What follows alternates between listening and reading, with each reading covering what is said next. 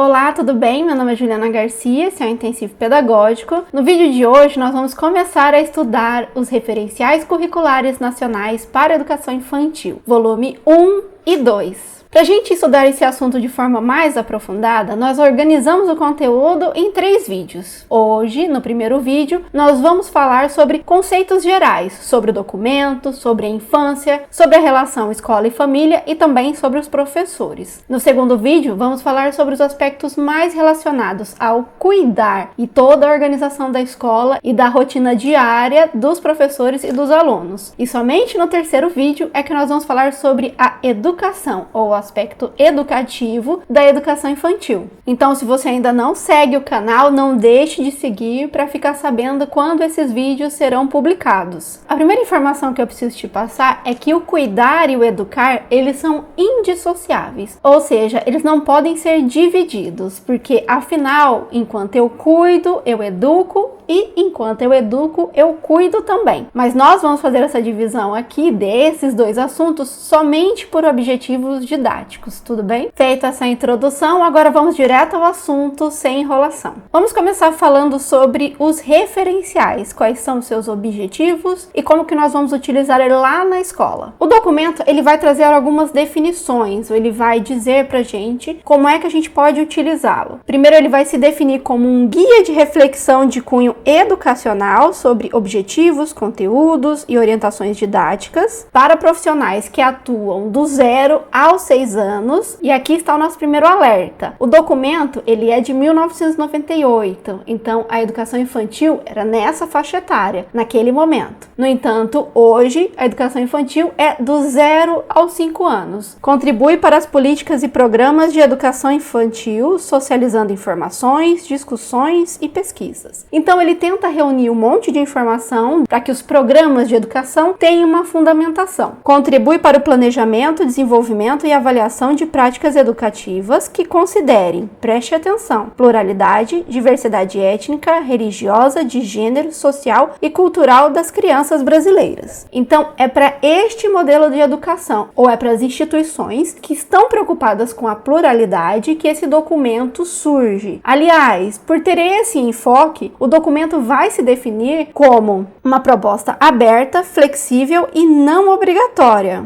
Porque, segundo ele, a utilização do documento, ele só faz sentido se traduzir a vontade dos sujeitos envolvidos com a educação. Ou seja, ele só faz sentido em ambientes onde os profissionais estão envolvidos com a educação e desejam colocar em prática a educação que ele propõe, a educação que é plural. Aliás, ele também vai falar que ele é um elemento orientador para a melhoria da qualidade da educação, mas que ele não tem a pretensão de resolver os problemas complexos da educação infantil. Afinal de contas, problemas complexos envolvem muitas atitudes, ações e movimentações de diversos âmbitos. Um único documento não é suficiente para resolver todos os problemas da educação. O documento também vai abordar ou vai trazer para a gente quais são os seus princípios, aquilo que nós devemos seguir ou seus valores. E eu vou ler rapidamente para você. Ele vai falar que é o respeito à dignidade e ao direito das crianças, consideradas nas suas diferenças individuais, sociais, econômicas, culturais, étnicas e religiosas. Então, nada de tratar todo mundo como uma cópia ou um robô, ou mesmo como uma turma homogênea. Também é um princípio o direito das crianças a brincar como forma particular de expressão, pensamento, interação e comunicação infantil. O acesso das crianças aos bens socioculturais disponíveis, ampliando o desenvolvimento das capacidades relativas à expressão, à comunicação, à interação social, ao pensamento, à ética e à estética. Ou seja, os vários elementos que é presente na sociedade onde ela está inserida e na cultura onde ela está inserida. A socialização das crianças por meio de sua participação e inserção nas mais diversificadas práticas sociais, sem discriminação de espécie alguma. Então, as crianças poderão socializar sem se preocupar com a discriminação, com nenhum tipo de discriminação. Ao atendimento aos cuidados essenciais associados à sobrevivência e ao desenvolvimento de sua identidade. E aqui preste atenção, ele fala em cuidados essenciais, sobrevivência e desenvolvimento. São 3 aspectos. E por que o documento traz essa definição aqui? Porque ele traz também algumas visões desatualizadas, ou ele aborda brevemente algumas visões desatualizadas ou até mesmo preconceitos que ainda existem em relação à educação infantil. E eu vou mencionar rapidamente esses tópicos porque ele pode cair numa pegadinha, mas principalmente porque no nosso dia a dia a utilização de alguma dessas frases pode demonstrar que nós não estamos tão atualizados assim nos nossos estudos. O primeiro preconceito ou visão desatualizada sobre a educação infantil é justamente essa visão de um lugar onde nós levamos as crianças só para que elas sobrevivam, só para que elas se mantenham salvas até o final do dia. Essa visão, ela está bem ligada com o termo depósito de criança. A educação infantil seria um depósito de criança, porque enquanto os pais trabalhavam, as crianças seriam colocadas dentro desse local, que manteria elas vivas. E por isso, como era só para manter vivo, não precisava ser um profissional qualificado. Qualquer pessoa, até voluntário, poderia permanecer nessa instituição. Essa visão ou essa definição de educação, ela aconteceu entre 1930 e 1956, justamente no período da Revolução Industrial, onde as mães precisavam deixar seus filhos em alguma instituição, que nesse momento não precisava ser educativa. As próximas frases que também demonstram um desconhecimento sobre a educação é dizer que ela é compensatória ou assistencialista. Essa definição sobre a educação infantil, ela também é antiga. Ela aconteceu por volta de 1970, com a previsão da educação infantil na primeira LDB, a de 1971. E isso acontecia porque naquele momento a educação infantil também não tinha como objetivo educar ainda. Ela servia como uma espécie de atendimento social, onde a criança ia para ter acesso a roupas, alimentação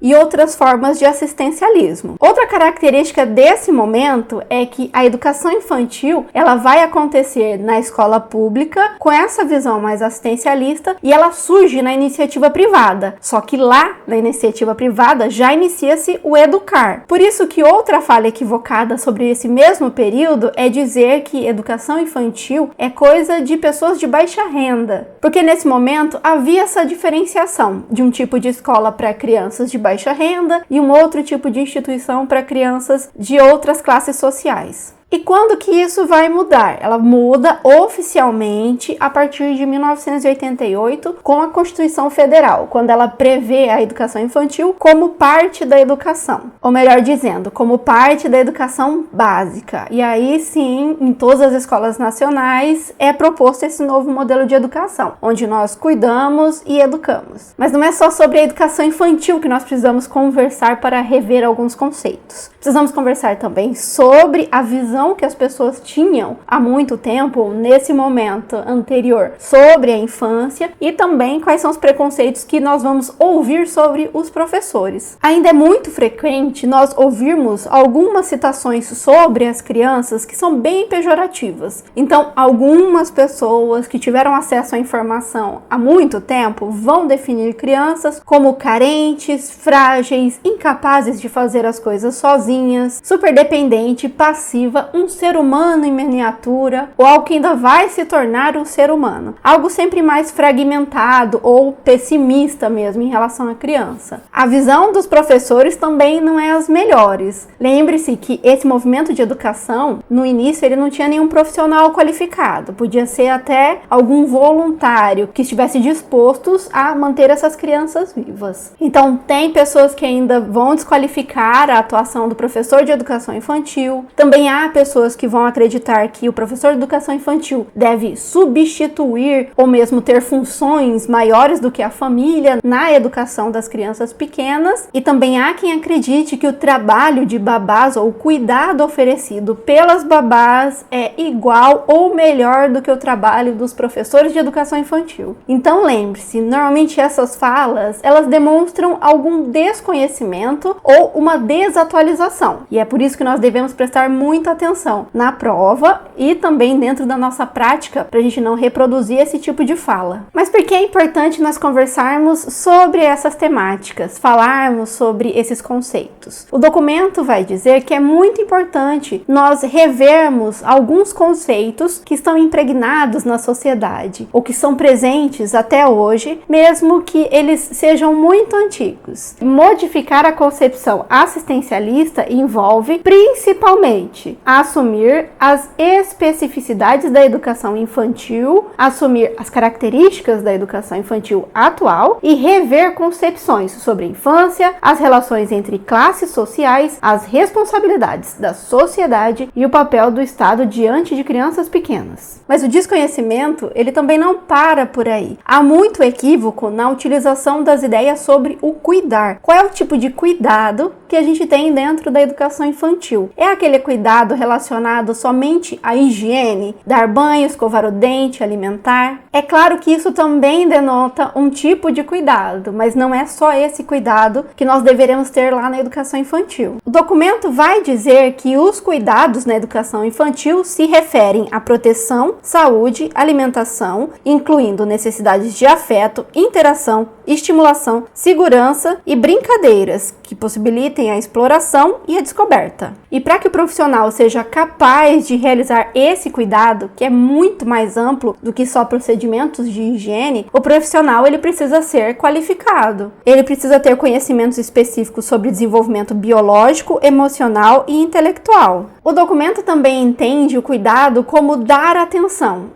ao que a criança pensa, sente, ao que ela faz, visando a ampliação desse conhecimento e de suas habilidades que aos poucos a tornarão mais independente e mais autônomas. Aliás, é bem importante a gente conversar sobre a autonomia ou a independência das crianças. Em todos os tópicos ou em vários tópicos, você vai perceber sempre essa necessidade de desenvolver, ensinar a criança a ser independente e a conseguir se cuidar sozinha. É claro que tudo isso é sempre feito com a supervisão de um adulto. Nós ensinamos as crianças, mas nós não abandonamos e deixamos elas sozinhas. Aliás, vamos falar sobre a visão mais atual sobre a criança, ou como o documento define as crianças, diferente daquela definição antiga, que é bem pejorativa. Eu vou ler um fragmento que é muito importante. A criança, como todo ser humano, é um sujeito social, vive numa sociedade, e histórico, em um determinado momento. Ou seja, nós não podemos comparar crianças que nasceram em 1930 com o comportamento de crianças que nasceram em 2020. Afinal de contas, o período histórico que elas vivem são muito diferentes. E faz parte de uma organização familiar que está inserida em uma sociedade com uma determinada cultura em um determinado momento histórico. É profundamente marcada pelo meio social que se desenvolve, mas também o marca. A criança tem na família, biológica ou não, o ponto de referência fundamental, apesar da multiplicidade de interações sociais que estabelece com outras instituições sociais. Vamos conversar melhor sobre esse fragmento. Na nossa vida, nós aprendemos com as pessoas que nós convivemos, mas independente das instituições ou das pessoas com que nós conversamos em outros espaços, a nossa família, ela é o ponto de referência mais forte, ela é o elo mais forte. E quando a criança entra na escola, nós temos que ter isso em mente. Cada criança tem um comportamento e um desenvolvimento que vai variar de acordo com esses espaços que ela frequenta, com as instituições que ela pertence e com o momento histórico também. Outro fragmento que nós precisamos lembrar é que a criança não é entendida hoje em dia como um adulto em miniatura ou um ser que ainda não está completo. A definição do documento ela é bem diferente. Ele vai dizer que as crianças possuem uma natureza singular que as caracteriza como seres que sentem e pensam o mundo de um jeito próprio, nas interações que estabelecem desde cedo com as pessoas que lhes são próximas, ou seja, com as interações, e com o meio que as circunda. As crianças revelam seus esforços para compreender o mundo em que vivem, as relações contraditórias que presenciam e, por meio das brincadeiras, explicitam condições de vida a que estão submetidas. Então existem 3 informações que a gente precisa prestar atenção aqui. A primeira é que a criança, ela é singular e ela tem uma própria forma de ver e pensar o mundo. E ela não é passiva porque ela está sempre tentando entender tudo o que acontece ao seu redor. Lembre-se que a criança aprende muito pela imitação. Então ela observa e repete o que ela acaba de aprender. E uma forma de comunicação muito utilizada pelas crianças são as brincadeiras. Normalmente elas encenam todas as situações que ela está vivenciando ou visualizando para compreender melhor essas informações. Eu vou deixar nos cards o nosso vídeo sobre brincadeiras, que lá eu aprofundo mais essa ideia. É por isso que a educação infantil, ela não pode ser limitada, ela não pode mais ser somente assistencialista, compensatória ou focada só na sobrevivência. Ela precisa ser mais aprofundada e visualizar vários aspectos, como promover a integração entre os aspectos físicos, emocionais, afetivos, cognitivos e sociais da criança, considerando que esta é um ser completo e indivisível. Outro conceito que vai aparecer e que nós precisamos refletir é sobre como a criança constrói o conhecimento, ou seja, como é que a criança aprende. E o documento vai falar que é por meio das interações. Nessa perspectiva, as crianças constroem o conhecimento a partir das interações que estabelecem com outras pessoas e com o meio em que vive. O conhecimento não se constitui em uma cópia da realidade, mas sim fruto de um intenso trabalho de criação, significação e ressignificação. Em outras palavras, a criança, quando ela está aprendendo, ela não copia ou ela não imita exatamente o que ela vê. Ela vai sim observar, criar hipótese e construir a resposta dela baseada no que ela pensou, no que ela interpretou dos fatos ou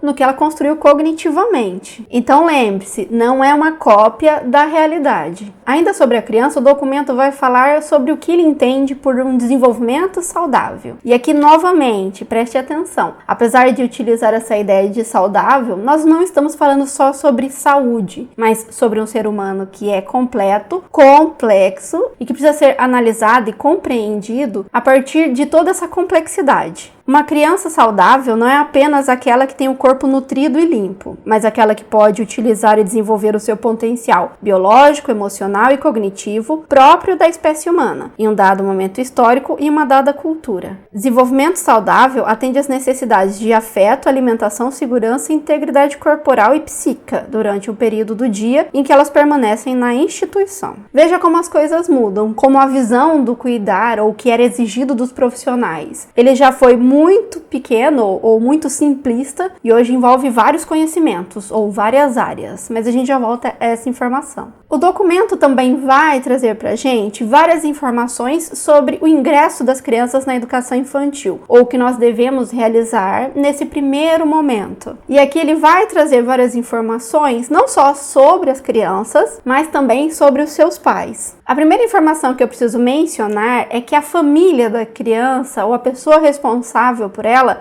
não vai ser definida só como a mãe ou o pai, por exemplo. O documento vai sempre falar em mãe, pais, mas também tios, avós ou uma outra pessoa responsável. Nós devemos sempre lembrar que no mundo atual, muitas vezes quem vai cuidar dessa criança, quem vai educá-la dentro da família é uma outra pessoa, não só a mãe ou não só o pai. E é por isso que o documento não fecha, ele não delimita, porque ele sabe dessa característica atual. E por que saber isso é importante? Porque quando a criança chega até a escola, quando ela ingressa na escola, há algumas características que deverão ser realizadas pela escola. A primeira delas é que é sugerido no documento que um familiar acompanhe a criança no mínimo no primeiro dia. Ela pode acompanhar por mais de um dia, mas ele pede ao menos no primeiro dia que um familiar esteja na escola com a criança, permaneça com ela, até que ela sinta confiança nos adultos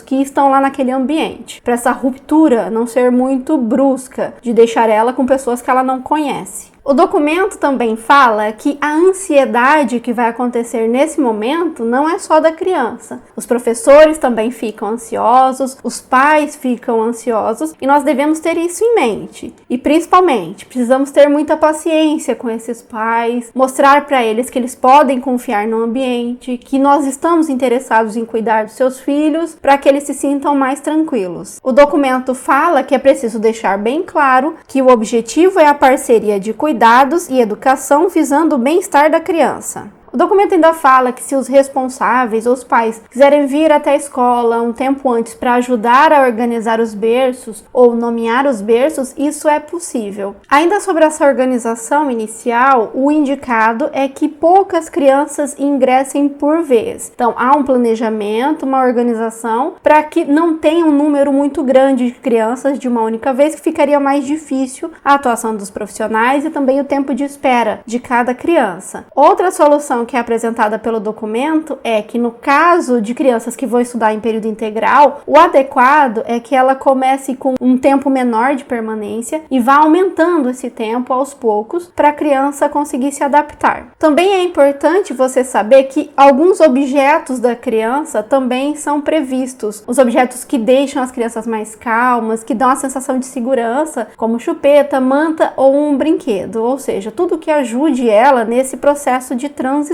A gente vai voltar a esse assunto no segundo vídeo. Outra informação importante é que antes desse momento em que as crianças estão chegando na escola, os professores vão fazer um planejamento. Eles vão tentar conhecer e antecipar várias informações sobre os alunos deles. Isso será feito a partir de uma conversa com as famílias. Então, no ato da matrícula, será verificado as particularidades, peculiaridades e tudo o que será necessário para o professor planejar a rotina, o dia a dia dentro da escola. O documento também vai abordar várias informações sobre a comunicação entre a família e a escola. Então, ele vai dar muita importância e dar algumas ideias de como a gente deve se comportar, ou como a instituição deve se comportar. Primeiro, ele fala que nós devemos combinar com as famílias as trocas específicas de comunicação. Então, em que momentos nós vamos manter essa comunicação? É importante saber que crianças menores, a gente precisa de mais comunicação, de mais informação,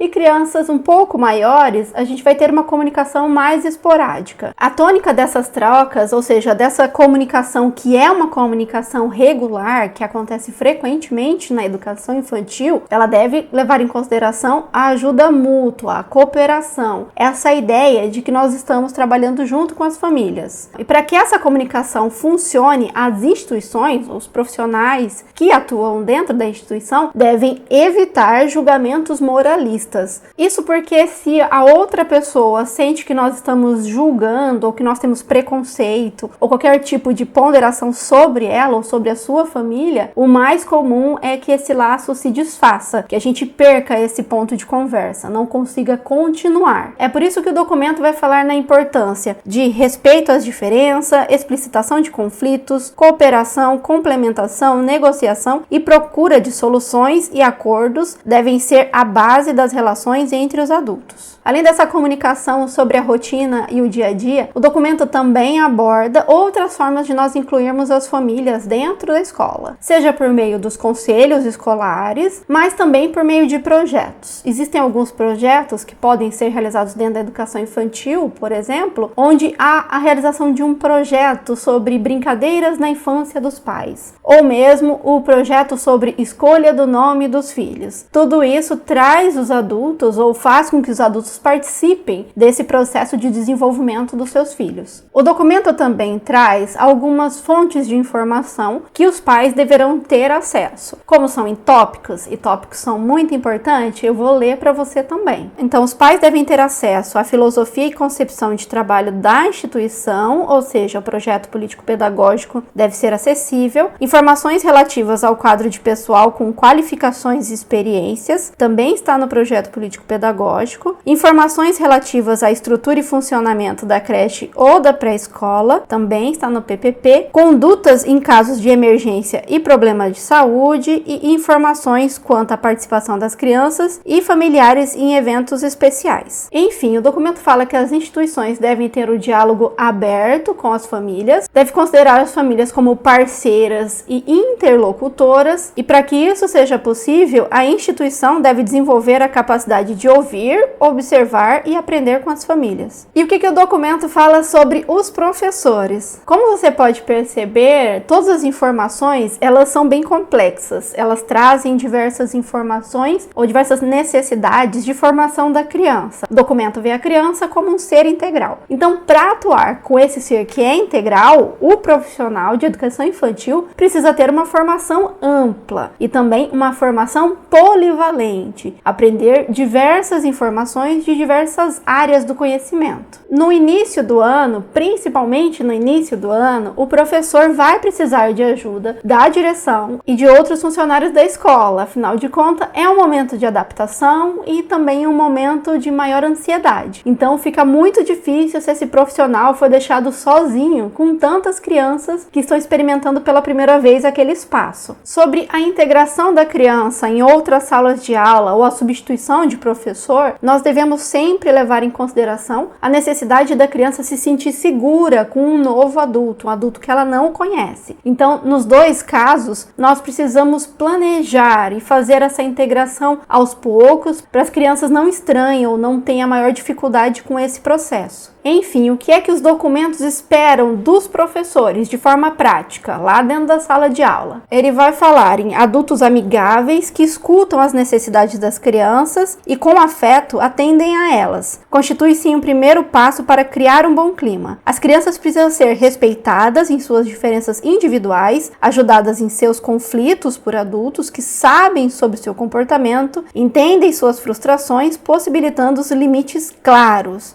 Então veja, o documento fala em alguém que desenvolve autonomia, nós falamos sobre isso no início do vídeo, fala também sobre um profissional polivalente, afetuoso, mas que fornece limites claros. Então há vários aspectos sobre educar aqui. Os adultos devem respeitar o desenvolvimento das crianças e encorajá-las em sua curiosidade, valorizando o seu esforço. Mas não para por aí. Esse profissional também precisa estar preparado para identificar sinais de desconforto ou mesmo problemas de saúde na criança. E o livro vai falar que um dos sinais de desconforto, ou que pode demonstrar que a criança não está bem, é o choro. O profissional também deve estar preparado para identificar casos em que a criança sofra preconceito dentro da escola. Então, esse profissional vai identificar a informação e também trabalhar com as crianças as informações corretas e completas para que essa discriminação não aconteça mais. Aliás, o diálogo é muito importante na educação infantil. Como você pode perceber, o documento ele tem uma visão muito estruturada e bem positiva sobre os seres humanos, tanto em relação às crianças, como ele observa a criança e toda a sua potencialidade, mas também como ele vê os profissionais. Ter essa visão inicial sobre o conteúdo, ele vai nos ajudar a compreender por que determinadas informações foram citadas no cuidado, no próximo vídeo, e por que outras informações foram citadas no educar. Mas isso a gente vai começar a conversar daqui a pouco. Por hoje nós vamos ficar por aqui. Se você está me vendo pelo YouTube e chegou até esse momento do vídeo, eu quero agradecer muito a sua atenção e também o seu apoio. Se você está me vendo lá pelo intensivo pedagógico, agora nós vamos começar a segunda parte, onde eu vou falar para você o que pode cair no concurso. Eu também vou utilizar algumas questões para mostrar para você quais são as principais pegadinhas, e eu separei 25 questões para você treinar bastante e ir bem seguro para a prova. Por hoje é só, um abraço e até a próxima!